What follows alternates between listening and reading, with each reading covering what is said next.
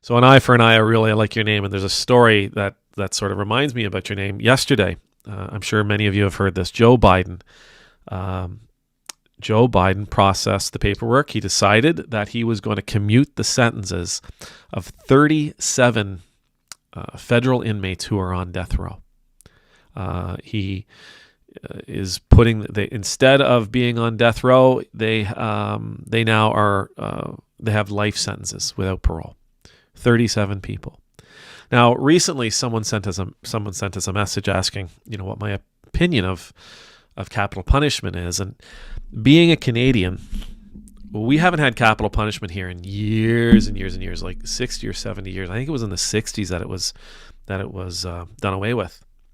It might have been the 70s, but I don't think I've ever been alive when there were executions here in Canada for crimes, any crimes. That puts us in a really weird place, actually. My wife and I were talking about this morning. It puts us in a really weird place because on one hand, we never know, we don't want it, right? Because we've never had it, and it seems abhorrent. We're not used to it. It just seems awful.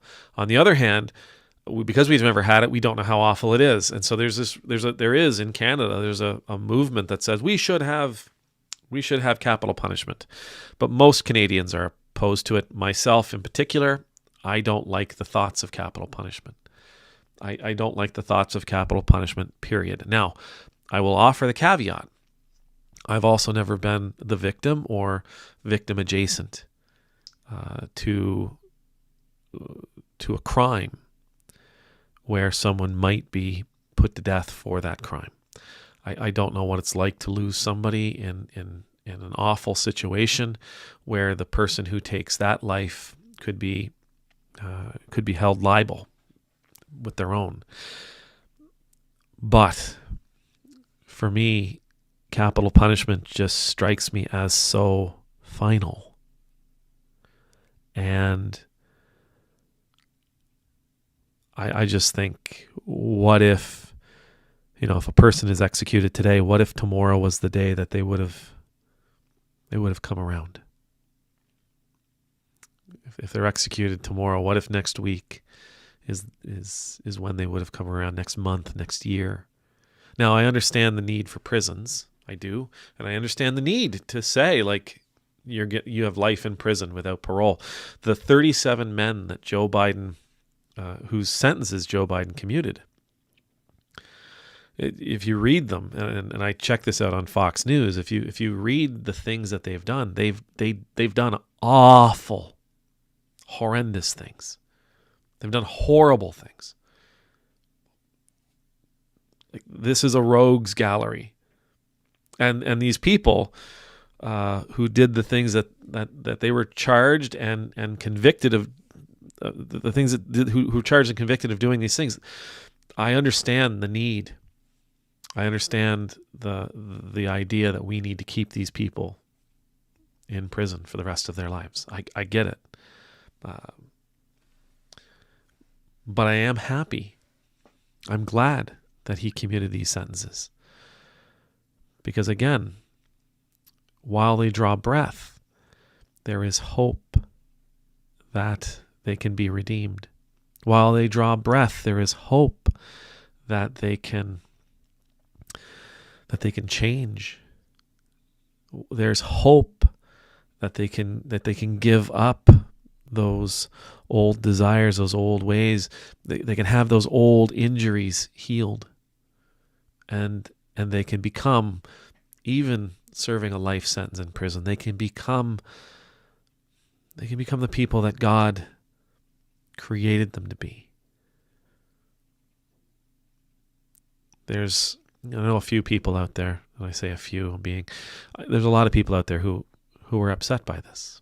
We shouldn't be commuting these sentences. These people deserve to die.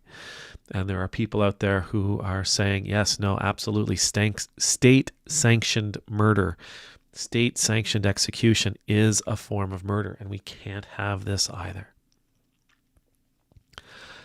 Again, for me, if my country executes someone as a stakeholder in the affairs of my country, it means I'm doing it. And I'm never going to ask anybody to do something that I'm not willing to do myself. And I know I could never bring myself to the place where I take another person's life like this. The 3 people that Biden left on death row are people who've committed acts of terror and hate. One of them is the person, one of the people responsible for the bombing at the Boston Marathon, and the 2 others are people who've killed many in mass shootings. One, I believe, was at a mosque, and the other was at an African American church. I can't tell you. I think they deserve to stay there. Again, my feelings on capital punishment. You know what? And I don't think this should come as a surprise to anybody, because I've talked about this a lot, right? Just because somebody does something awful doesn't mean I should do something awful. Just because somebody does something horrendous doesn't mean I should do something horrendous. Just because somebody does something hateful doesn't mean I should do something hateful. I'm a big fan of not becoming the monster that I despise. I'm a big fan of not becoming the monster that I'm afraid of. I'm a big fan of not becoming the monster that terrorizes me. I'm not becoming the monster that terrorizes my community. Not becoming the monster that I'm standing up against. We should not become the monster. And capital punishment that's where the thought is that you're going to ask me to do this thing, and I can't. I do not believe that's the path that Jesus calls us to take. When he talks about turning the other cheek, when he talks about walking the extra mile, when he talks about giving up the coat, that isn't just about, if somebody commits an act of violence against you. It's saying, do not become so different than them, right? Become so different than them that you don't try to fight to take your coat back. Give them your other coat too. Be so different from them that you don't try to fight them when they make you walk a mile. Go an extra mile. Become so different. Love your enemies and pray for those who persecute you. Don't become like them. I think capital punishment asks us. I think capital punishment asks us to become like those who've done horrible things. An eye for an eye, a great name. And, if you think about what has been said, you've heard it say that an eye for an eye, that's not justice. It's revenge, right? It's revenge. And that passage in the Bible, that eye for an eye, tooth for a tooth passage in the Bible, that wasn't about criminal activity. That was about laws that say, if you kill my donkey, I get a donkey. You got to give me a donkey. And if you kill my camel, you owe me a camel. And if you ruin $50 worth of my material, you owe me $50 worth of material, or $50, whatever the case might be. It was a matter of how to settle up when people have cost you. It had nothing to do with criminal law. It wasn't about that at all. And that isn't to say the Bible doesn't have capital punishment. It absolutely does.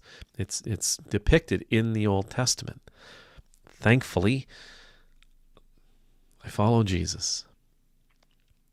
I follow Jesus, and I follow his ever complicated teachings and his call that we're to set aside so much of.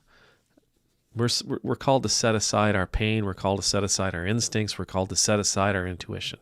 We're called to become something more. I believe that starts when we think about taking the high road. You're more than a monster. You're more than a villain. You're more than a criminal. You're more than a killer.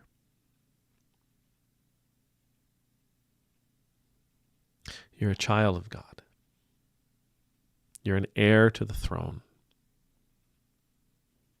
Embrace that. Embrace that identity. Embrace that mentality. And be more. Amen.